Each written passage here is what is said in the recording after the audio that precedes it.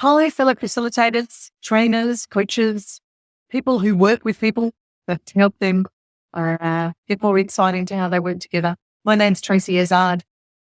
I work in my own business and work with organisations and leaders around creating learning cultures and collaborative cultures. So how do we really get down to learning together about the work that we do?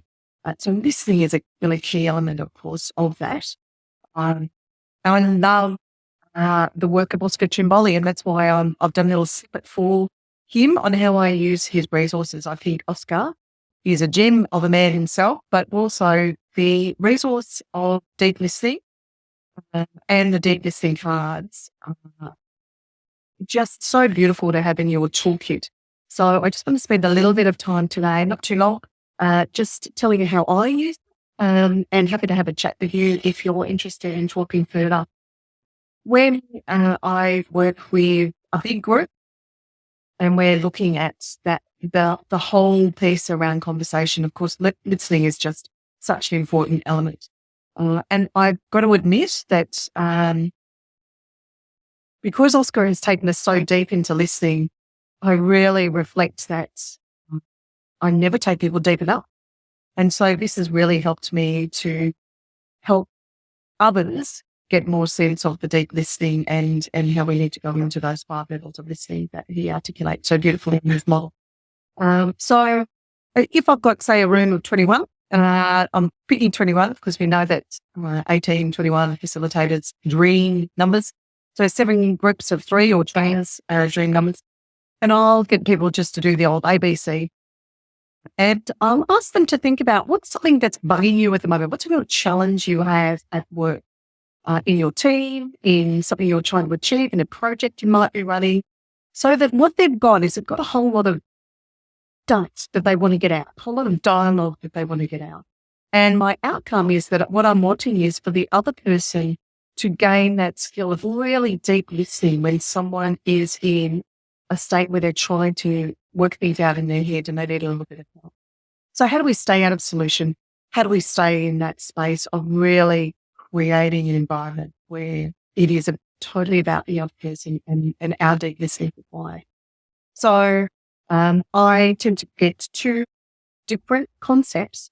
I usually always get listening to yourself. There has never been a group that I've ever worked with, including myself, that does not need work on the listening to the stuff that's going on in our own brain.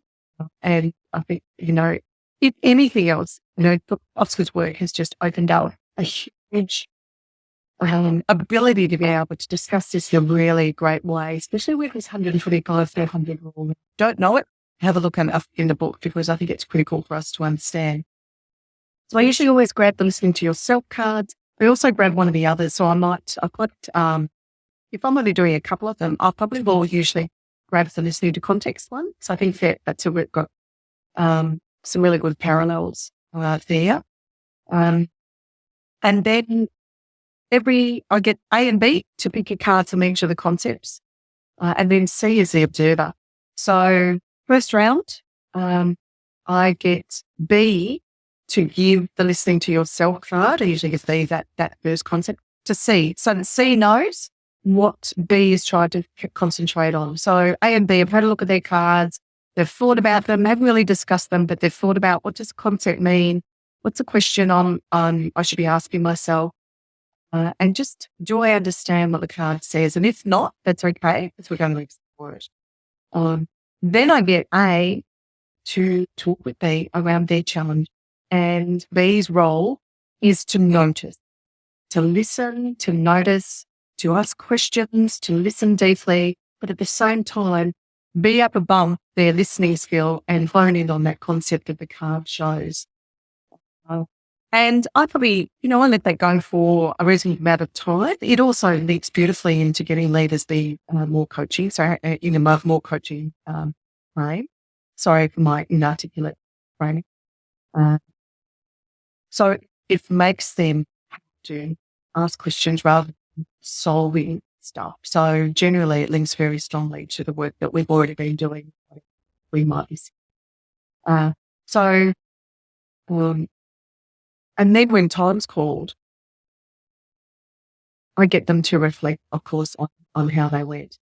And I don't get to see to talk first because we know from a brain perspective that if we can get people to give feedback to themselves first, they actually will be more open to listening to the feedback of others. So I get B to give feedback to themselves first. How did they find it? What is it that went on for them? What was their concept? And how did they feel really listening to A? And what did they think was the impact of their listening? And then I get A to give them feedback. How was the listening for me as the person that was speaking with you? And how did I feel? And what was it that was interesting? And then I get C to give the feedback to A and B on what they had said, because they were holding the card. They knew what B was focusing on. So, and then, it's amazing the dialogue that ensues around that, the pulling apart of that concept. How hard was it? And then we do a whole debrief around the room. Just fascinating, the things that people say. And then people get to hear what the other toilets were in that particular level of listening to yourself. So we'll do some whole group discussion about that particular concept so that people understand that. And then we do it with the other one. So A then has a go. And we cycle around so that C is not the observer this time. C is the one which got the problem that they are talked to. So and I know I don't need to talk to you too much about how to do that because we've all got that nailed, I'm sure. But the two levels is really interesting to have them do two lenses because they really start to understand the nuance of the 5 levels of this.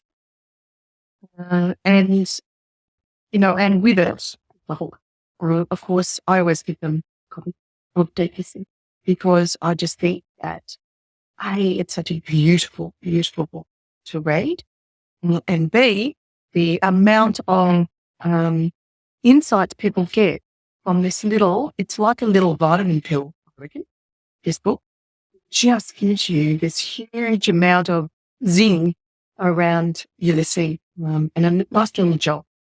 So it's just one of the ways that I use it. But there's just so many ways that you can use it, isn't there? Especially working with a small team. If you know that team, if you've been working with that team quite a bit, here's your opportunity to pull out some really critical ones that you may have noticed and get them to do some activities with each other where you're really honing all around.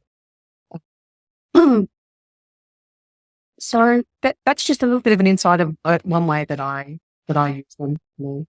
I also think getting the 5 levels happening on 5 different tables and getting people to do some small listening activity with each other where they might be concentrating on it is really useful. Or even to just take a card and observe some really interesting listening activities that you might have set up. And their job is to just give some feedback on did they think that concept happen or did they see it in action? So just a few ideas. I hope they help and have fun with them. I think the opportunity to really help change the world a little bit by a bit more deep listening. The difference in the world that Oscar's making with this is fantastic, and I love that he's made a tool that's so great to you. But thanks. I hope that's been of use. Look me up. I'd love to link in with you if you've had a look and you found this useful. See you. Bye.